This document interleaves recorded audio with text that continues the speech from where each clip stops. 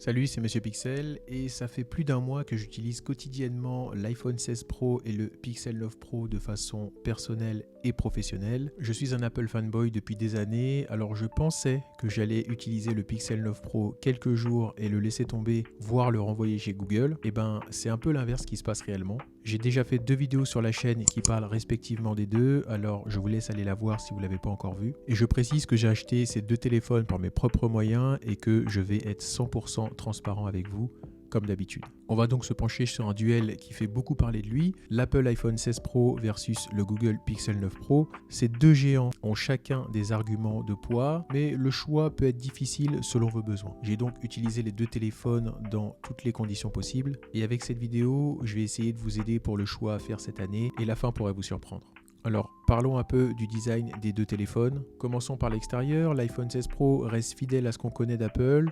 Un cadre en titane, des bras arrondis et un écran qui occupe presque toute la surface avant, un petit peu plus que l'année dernière. En fait, chez Apple, depuis l'iPhone 11 Pro et son module 3 caméras, on n'a rien de vraiment nouveau. Depuis le 12 Pro où on est passé sur un design un peu moins arrondi et plus sculpté, on a le même téléphone tous les ans. Parfois, je dois dire que c'est un peu lassant et que la prise de risque est quasi nulle chez la pomme. Après, la recette fonctionne beaucoup, mais voilà, ça bouge pas trop. Le Pixel 9 Pro, quant à lui, propose un look un peu plus arrondi avec des finitions en verre mat à l'arrière et un cadre en aluminium. En revanche, et pas comme chez Apple, le module photo qui n'évoluait pas foncièrement depuis le Pixel 6 Pro change de look sur le Pixel 9 Pro. Et encore, je parle du module photo, mais c'est carrément le téléphone entier qui change d'identité, même si oui, il ressemble beaucoup à un iPhone maintenant, et c'est peut-être pour ça qu'il fonctionne aussi bien. La grande différence ici réside dans l'ergonomie. Les boutons de volume sont sur la droite avec le Pixel 9 Pro et à gauche sur l'iPhone. Le bouton de verrouillage allumage est au même endroit. L'emplacement carte SIM est en bas sur le Pixel et à gauche sur l'iPhone. Et enfin, l'iPhone a un bouton photo que le Pixel n'a pas, mais qui propose un double tap sur le bouton d'allumage pour démarrer l'appareil photo. Niveau résistance, tous les deux sont certifiés IP68, ils peuvent aller sous l'eau, mais le titane de l'iPhone a peut-être l'avantage d'offrir une meilleure durabilité. En étant tout à fait honnête, l'Apple fanboy que je suis trouve vraiment que le Pixel 9 Pro est réussi. J'aime qu'il apporte du nouveau, car avec l'iPhone, c'est toujours la même chose. Pour le coup, c'est avantage Pixel 9 Pro cette fois-ci. Passons aux écrans. Apple a toujours brillé dans ce domaine et l'iPhone 16 Pro ne déçoit pas avec son écran Super Retina XDR de 6,3 pouces technologie OLED avec un taux de rafraîchissement ProMotion jusqu'à 120 Hz. L'Always On Display et la luminosité exceptionnelle en extérieur en font un vrai plaisir pour les yeux. Comme chaque année, c'est le meilleur écran qu'on peut trouver sur un iPhone, comme c'est étonnant. De l'autre côté, le Pixel 9 Pro ne se laisse pas faire, il propose un OLED LTPO de 6,3 pouces avec un taux de rafraîchissement variable allant lui aussi jusqu'à 120 Hz. La résolution est un peu plus élevée sur le Pixel 9 Pro, ce qui peut offrir une légère finesse dans l'affichage, particulièrement pour les amateurs de photos et vidéos. Mais en réalité, à l'œil nu, les deux écrans sont ultra quali et il n'y a pas de différence. Si vous aimez consommer du contenu multimédia, le Pixel 9 Pro a cet avantage d'écran légèrement mieux défini, mais l'iPhone 16 Pro compense avec une calibration des couleurs extrêmement précise, idéale pour les créateurs de contenu. Si vous posiez la question de savoir quel téléphone a le meilleur écran, vous ferez un bon choix que vous preniez l'iPhone ou le Pixel. Juste petit bémol, et ce sera quelque chose qui va sûrement revenir pendant la vidéo, si vous êtes déjà dans l'écosystème Apple et que vous bossiez sur de la photo ou de la vidéo de façon professionnelle, je dis bien professionnelle, léger avantage pour l'iPhone qui vous permettra d'avoir la même colorimétrie que vous passiez d'un e-device à un autre. Sur un iPad par exemple ou même sur un Studio Display, donc gardez-le en tête. Passons aux performances, l'iPhone 16 Pro est équipé de la nouvelle puce A18 Pro qui possède 6 cœurs de performance et 6 cœurs graphiques, ce qui le place clairement en tête en termes de puissance brute. Que ce soit pour les jeux, le montage vidéo ou la gestion multitâche, l'iPhone est un monstre de performance, mais tout ça, ça reste que des chiffres. En fait, l'iPhone détruit absolument tout ce que vous lui lancez, que ce soit des gros jeux ou pour le multitâche, et c'est vraiment incroyable de voir tourner un NBA 2K25 sur un si petit appareil, mais bon. Est-ce que vous jouez vraiment à ça sur votre téléphone? En face, le Pixel 9 Pro embarque la puce Tensor G4, spécialement conçue pour maximiser l'intelligence artificielle et l'apprentissage automatique, et c'est là que le Pixel est très fort. Les fonctionnalités comme la reconnaissance vocale, la photographie computationnelle et la gestion de la batterie sont améliorées avec cette puce et franchement ça se voit. L'assistant Gemini est rapide, le multitâche fonctionne aussi bien et je n'ai vu aucun problème sur les jeux. Même si sur le papier, la Tensor G4 est à la traîne par rapport aux puces Snapdragon ou les puces Apple, encore une fois, tout ça c'est du papier. Que ce soit l'un ou l'autre, ça marche du tonnerre. Le choix ici dépend de votre utilisation. Pour la performance brute, l'iPhone 16 Pro est indétrônable, mais si c'est un smartphone intelligent qui s'adapte à vos besoins et optimise tout ce que vous faites avec, le Pixel 9 Pro avec Android 15 est franchement impressionnant. En parlant logiciel d'ailleurs, d'un côté on a iOS 18, un système très fluide, bien intégré, sécurisé, avec l'écosystème Apple qui fait des merveilles si vous utilisez d'autres produits de la marque, mais le problème est que iOS ressemble à ça depuis iOS 6 peut-être. Non, j'abuse, mais on a la même interface depuis iOS 13. Même si iOS 18 vient ajouter la personnalisation, enfin, Steve Jobs n'aurait jamais accepté ça. De l'autre, on a Android 15. Alors, comme je le disais au début, je suis un Apple fanboy. Alors, quand j'ai eu le Pixel qui tourne sous Android,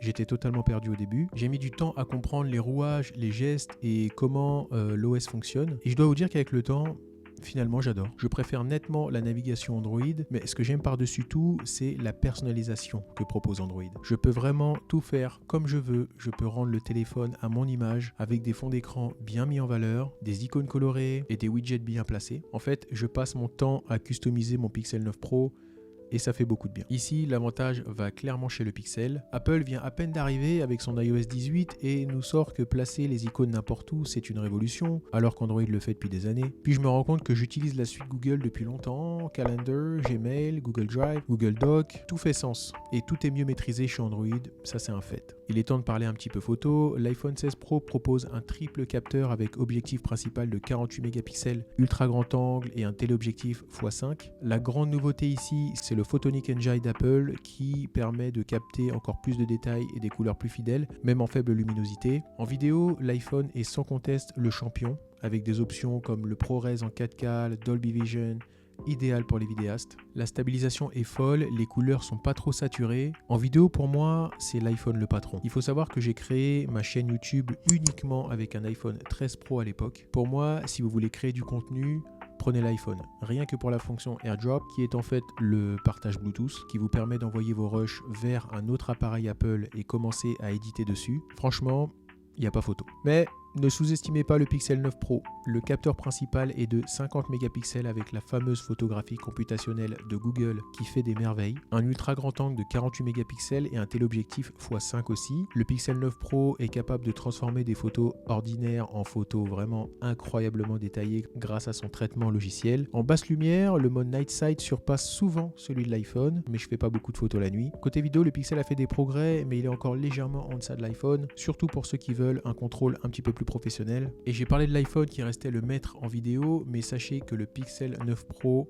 remporte allègrement le combat en photo. Les photos sont incroyablement bien détaillées, le Pixel ne déçoit pas, peu importe la prise de vue. La stabilisation est top, les couleurs aussi, et c'est un vrai plaisir. Quand je dois prendre des clichés, j'ai remarqué que je prends beaucoup plus souvent mon Pixel 9 Pro. Côté batterie, l'iPhone 16 Pro offre une excellente autonomie grâce à l'optimisation de la puce A18 Pro, avec environ 22 heures d'usage mixte. Alors j'ai constaté une belle évolution en termes d'autonomie sur mon iPhone. Alors oui, il est tout neuf, donc j'ai la capacité maximale de batterie pour le moment, mais à voir dans le temps. En tout cas, ça faisait longtemps que je n'étais pas sorti totalement serein, sans aucune batterie de secours ou mon chargeur avec mon iPhone 16 Pro. Et ça fait du bien. Par contre, le Pixel 9 Pro et ses 23 heures de batterie m'ont tout simplement choqué. Le Pixel tient 2 jours sans aucun problème, même quand j'utilisais de façon un peu plus poussée que la normale. Vraiment, c'est totalement fou de voir ça.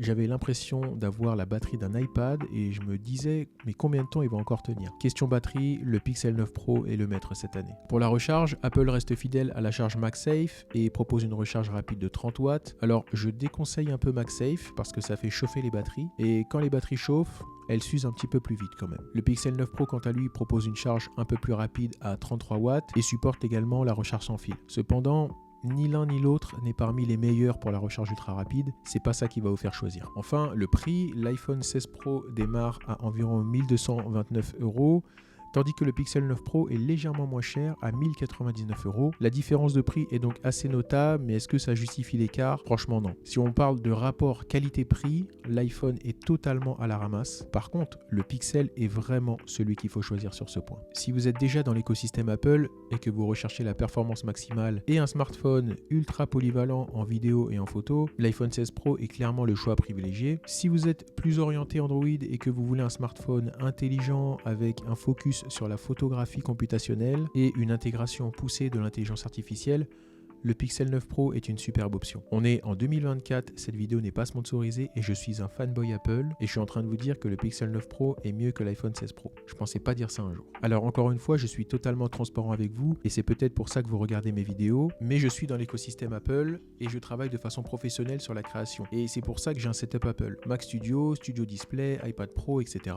Donc je peux techniquement pas me passer d'un iPhone. Mais si vous n'êtes pas dans l'écosystème Apple ou si vous souhaitez simplement changer de crèmerie, pour X ou Y raison, prenez le Pixel 9 Pro. C'est un excellent téléphone.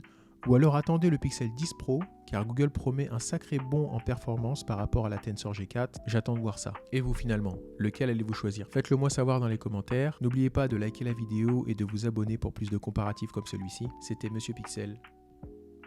Peace.